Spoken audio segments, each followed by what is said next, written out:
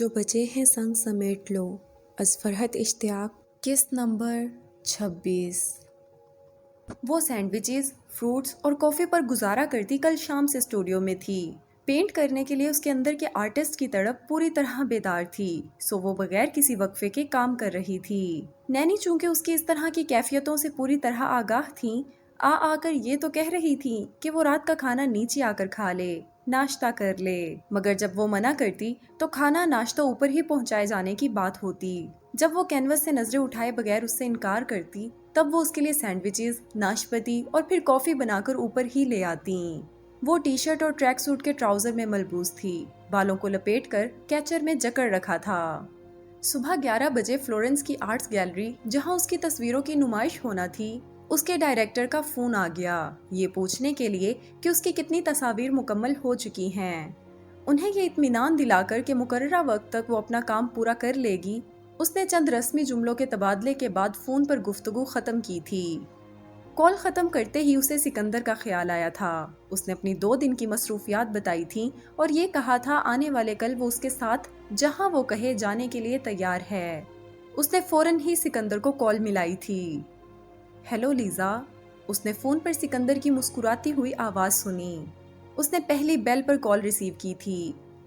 کہاں ہو؟ کیا کر رہی ہو؟ سکندر نے دوستانہ سے لہجے میں ساتھ ہی مزید پوچھا۔ اسٹوڈیو میں ہوں، پینٹ کر رہی ہوں۔ میں نے تم سے پوچھنے کے لیے فون کیا تھا کہ کیا ہم کل مل رہے ہیں؟ اور کیا یہ وہ والی کل ہے جس کا تم نے مجھ سے وعدہ کیا تھا کہ ایک پورا دن میرے لیے ہوگا؟ مسکرا کر پوچھتی وہ دروازہ کھول کر باہر بالکنی میں نکل آئی۔ چہرے کے اطراف بکھری بالوں کی لٹوں کو اس نے ہاتھوں سے پیچھے کیا تھا۔ سکندر اس کی بات کے جواب میں دھیرے سے ہنسا۔ ٹھیک ہے، کل وہی والی کل ہے جس میں تم نے مجھے پینٹ کرنا ہے۔ تم یہ بتاؤ چلنا کہاں ہے؟ تم پینٹنگ کہاں بنانا چاہتی ہو؟ جگہ تو وہ اس وقت سے سوچے بیٹھی تھی جب سکندر نے اپنی پینٹنگ بنوانے پر آمادگی ظاہر کی تھی۔ ٹیولی چلتے ہیں۔ ٹیولی؟ اچھا ٹھیک ہے، چلنا کب ہے؟ سکندر نے فوراً ہی اس کی بتائی جگہ کے لیے اپنی رضامندی دے دی تھی۔ کل صبح میں تمہیں تمہارے ہوٹل سے پک کر لوں گی۔ اوکے مصورہ، کل میں آپ کے ڈسپوزل پر ہوں گا، جو جگہ آپ طے کریں، جو وقت آپ مقرر کریں۔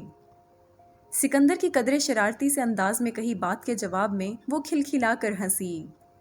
اتنے فرما بردار بنے ہوئے ہو، خیر تو ہے؟ وعدہ نبھا رہا ہوں جو میں نے اپنی رومن فرینڈ سے کیا تھا۔ وہ بھی اس کے ساتھ ہنس رہا تھا۔ تمہاری طبیعت کیسی ہے سکندر؟ تکلیف کم ہوئی؟ میں بالکل ٹھیک ہوں۔ جتنے گھنٹے تم کل مجھے پینٹنگ بنانے کے لیے ایک ہی جگہ، ایک ہی زاویے سے بٹھائے رکھنا چاہو، میں بیٹھ جاؤں گا۔ سکندر نے مسکراتے ہوئے اس سے کہا تھا۔ سکندر سے بات ختم کرنے کے بعد وہ بالکنی ہی میں کھڑی کل کا دن پلان کرنے لگی تھی۔ وہ آفس دیر تک رکا تھا۔ اس کے جن کاموں کا حرج ہوا تھا، ان 2 دنوں میں وہ مکمل کر چکا تھا۔ جو 1 کام مزید اس کے ذمے تھے اور اسے یہاں پر مکمل کر کے جانے تھے، اس نے آج ان کا بھی آغاز کر دیا تھا۔ امید تھی کہ مزید 2 سے 3 دنوں میں وہ اپنے سارے کام مکمل کر کے یہاں سے دوبارہ واپسی کی تیاری کرے گا۔ وہ کل تک بیساکھی کے سہارے چلا تھا اور اسپتال جا کر پیر کی بینڈیج بھی تبدیل کروا لی تھی۔ آج وہ بغیر بیساکھی کے آفس آیا تھا۔ ٹھیک ہے، ابھی اس کی چال بالکل نارمل نہیں ہوئی تھی، مگر اپنی چوٹ کے مزید چاؤ چونچلے اٹھانے کا اس کا ہرگز کوئی ارادہ نہیں تھا۔ ہوٹل واپس آ کر کمرے ہی میں رات کا کھانا کھانے کے بعد اپنے پیر کی بینڈیج کھولتے، زخم کو صاف کرتے، دوا لگاتے، بینڈیج کرتے، چاہے اسے جتنی بھی مشکل ہوئی تھی، جتنا بھی درد ہوا تھا، اسے اس سے کوئی فرق نہیں پڑا تھا۔ ڈاکٹر کی ہدایات کے مطابق وہ کوئی احتیاط نہیں کر رہا تھا، مگر وہ جانتا تھا کہ اس لاپرواہی اور بد احتیاطی کے باوجود بھی وہ مکمل طور پر ٹھیک ہو جائے گا۔ وہ چاہے جتنا بھی بیمار ہو جاتا، چاہے اس کی کتنی بھی خطرناک چوٹیں نہ لگ جاتیں، وہ ہمیشہ ٹھیک ہو جاتا تھا۔ وہ واقعی بہت ڈھیٹ تھا، اسے کچھ بھی نہیں ہوتا تھا۔ وہ جانتا تھا وہ اب کی بار بھی مکمل طور پر ٹھیک ہو جائے گا، چاہے وہ زخم کی سرے سے بینڈیج کرنا ہی کیوں نہ چھوڑ دے۔ اس کے جتنا ڈھیٹ اور سخت جان بھی شاید ہی کوئی دوسرا ہوگا۔ بینڈیج کرنے کے دوران بجائے درد اور تکلیف محسوس کرنے کے، وہ تلخی سے مسکراتا خود اپنے آپ پر ہنس رہا تھا۔ لیزا نے صبح 8:30 بجے تک نکلنے کے لیے کہا تھا۔ 8:15 کے قریب وہ جانے کے لیے تیار ہو جانے کے بعد نکل آیا تھا۔ اس کا رخ اپنے ہوٹل سے نزدیک ایک بار کی جانب تھا۔ وہ بار میں آ گیا تھا۔ وہاں جلدی جلدی ناشتہ کرتے رومن مرد اور عورتوں کو اپنے اپنے کام پر پہنچنے کی عجلت تھی۔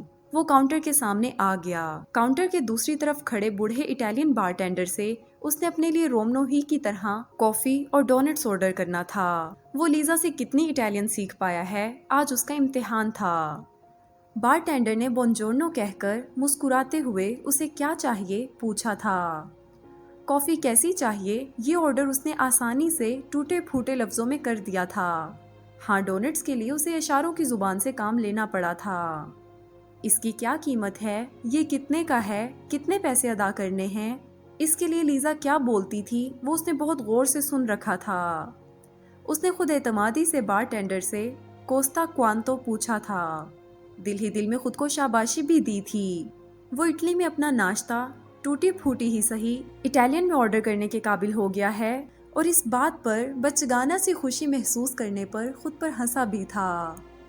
خالص رومنو کی طرح کاؤنٹر کے سامنے ہی سٹول پر اپنی کافی اور ڈونٹ لے کر بیٹھ گیا تھا۔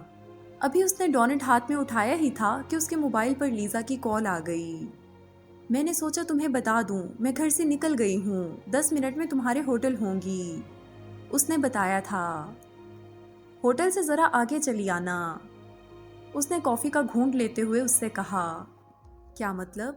مطلب یہ کہ جب تم روم میں ہو تو رومیوں کی طرح رہو، کہ مقولے پر عمل کرتے ہوئے تم رومنز کی طرح بار میں بیٹھ کر ناشتہ کر رہا ہوں۔ وہ مسکرا کر خوش دلی سے بولا۔ ویری انٹرسٹنگ، لیزا نے خوش ہو کر کہا۔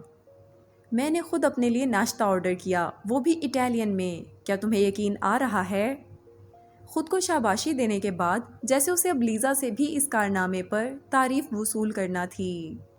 مکمل جملے نہیں بول سکا، مگر ٹوٹے پھوٹے لفظوں میں نے بارٹینڈر کو اپنی بات سمجھا ہی دی۔ یہ واقعی قابل تعریف بات ہے، میں آپ کی ذہانت پر آپ سے بری طرح امپریس ہو گئی ہوں سینیور سکندر۔ لیزا جیسے اس کی بات کا لطف لیتے ہوئے ہنسی تھی۔ اوکے، تم اپنا ناشتہ ختم کرو، اتنی دیر میں پہنچ رہی ہوں۔ بہت سکون سے بیٹھ کر اس نے کافی اور ڈونٹ کو انجوائے کیا۔ اس کے بعد وہ بار کے دروازے سے باہر آ کر کھڑا ہو گیا۔ اسے لیزا کی گاڑی آتی دکھائی دی تو اس نے دور سے ہاتھ ہلا کر اسے اپنی موجودگی سے آگاہ کیا۔ لیزا نے گاڑی اس کے پاس لا کر روکی تھی۔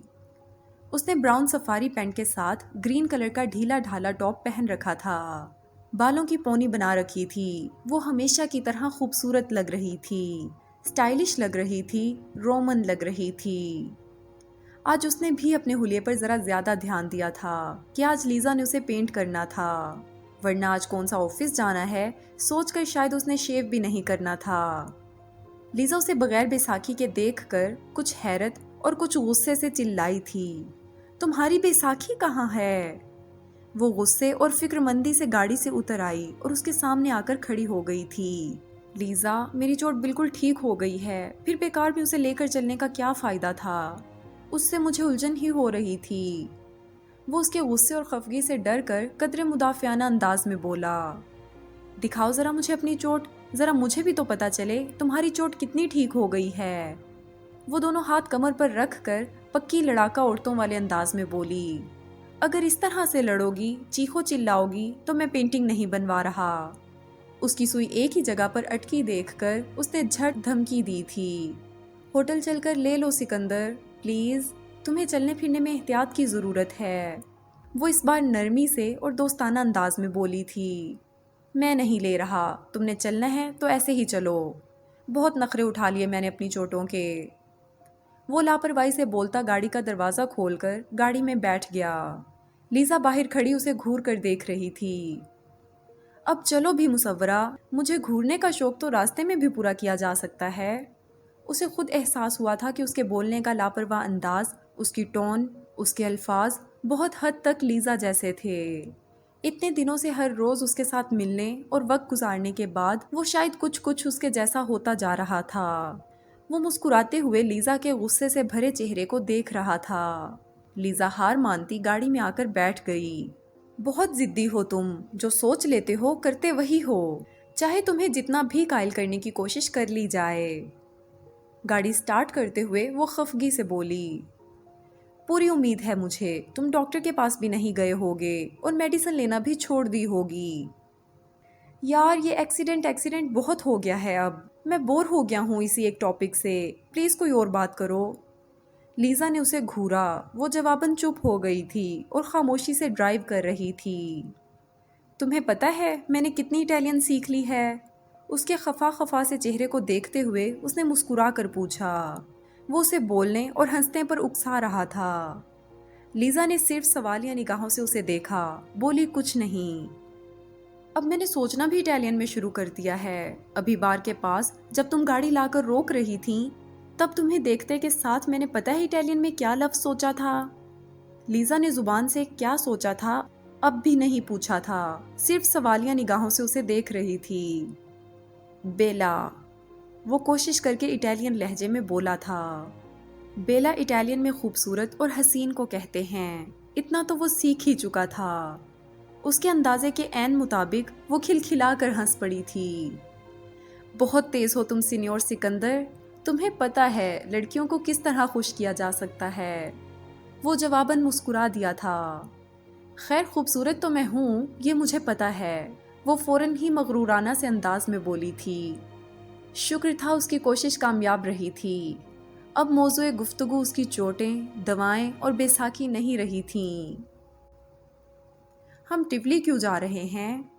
کچھ دیر کے بعد اس نے تیز رفتاری سے ڈرائیو کرتی لیزا کی طرف دیکھ کر پوچھا، کیا ہو گیا ہے سینیور سکندر؟ تمہاری پینٹنگ بنانے، اور کس لیے؟ وہ جیسے اس کے سوال پر حیران ہوئی تھی۔ وہ تو مجھے پتہ ہے، میرا مطلب ہے ٹیولی ہی کیوں جا رہے ہیں، کہیں اور کیوں نہیں؟ سوال اچھا ہے، وہ اس کے سوال پر مسکرا کر بولی، ایک پل رک کر جیسے اس نے اپنی سوچوں کو یکجا کیا۔ میرا دل چاہ رہا تھا میں ولا دیستے کے کسی خوبصورت سے فوارے کے سامنے تمہیں بٹھا کر وہاں تمہاری پینٹنگ بناؤں۔ میری پینٹنگ کا مرکز تم ہو اور تمہارے بیک گراؤنڈ میں 16ویں صدی کا کوئی بے مثال آرکیٹیکچر رکھتا فوارہ اور اس سے گرتا پانی ہو۔ پانی میں جیسی گہرائی، جیسی طاقت اور جیسا اسرار ہوتا ہے، مجھے وہی گہرائی، وہی طاقت اور وہی پراسراریت تمہاری آنکھوں میں بھی نظر آتی ہے۔ مجھے سوچنے ہی سے یہ منظر بہت انسپائر کرتا ہے، فیسینیٹ کرتا ہے۔ وہ ایک نظر اس کی طرف دیکھتے ہوئے بہت سچائی سے بول رہی تھی، مجھے تمہاری آنکھوں میں اتنے سارے تاثر نظر آتے ہیں، اداسی، درد، کرب، طاقت، گہرائی، پراسراریت، جیسے یہ آنکھیں اپنے اندر نہ جانے کتنے راز چھپائے بیٹھی ہیں۔ میں پانی کو تمہاری آنکھوں کے ساتھ ایک سمبل کے طور پر دکھانا چاہتی ہوں، دونوں میں گہرائی، دونوں میں اسرار۔ اس طرح بولتے ہوئے تم پکی مصورہ لگ رہی ہو، تمہاری ان بڑی بڑی باتوں سے میں مرعوب ہو رہا ہوں سینورینا۔ لیزا کی سنجیدگی کے جواب میں وہ ہنسا۔ لیزا نے اسے ان نظروں سے دیکھا تھا جیسے اس سے براہ راست کچھ پوچھنا چاہتی ہو، مگر اس نے سکندر کی آنکھوں کا وہ تنبیہی تاثر فوراً پڑھ لیا تھا کہ وہ اس سے اس کی ذات اور ذاتی زندگی کے بارے میں کچھ بھی نہ پوچھے۔ وہ چپ ہو گئی تھی، کچھ دیر وہ دونوں خاموش رہے تھے۔ تمہاری نینی کیسی ہیں؟ کچھ دیر کے بعد اس نے گفتگو کے لیے موضوع تلاش کیا تھا۔ ٹھیک ہیں، تمہیں دعا پیار کہلوایا ہے انہوں نے، اور یہ بھی کہا ہے کہ تم ہوٹل واپس جانے کے بعد سے ہمارے گھر آئے کیوں نہیں ہو، اور ہمارا آج جانے کا مقصد گو کہ تمہاری پینٹنگ بنانا ہے، مگر نینی نے ہمیں اس میں پکنک کا مزہ فراہم کرنے کے لیے بڑی زبردست پکنک باسکٹ تیار کر کے دی ہے۔ ٹیولی میں جب لنچ کریں گے تب تم دیکھنا نینی نے کتنی مزے کی چیزیں ہمارے کھانے کے لیے تیار کر کے بھیجی ہیں۔ اس نے سکندر کے کسی رویے کی وجہ سے کچھ محسوس کیا ہے، یہ تاثر دیے بغیر وہ مسکرا کر بولی۔ باتیں کرتے، ہلکی آواز میں میوزک سنتے، لیزا کی فاسٹ ڈرائیونگ کے سبب وہ روم سے باہر اس خوبصورت اور پرفضا ہل ٹاؤن جلد پہنچ گئے تھے۔ مزید ویڈیوز اور اپڈیٹس کے لیے چینل سبسکرائب کرنا نہ بھولیں اور بیل آئیکن کو بھی ہٹ کریں۔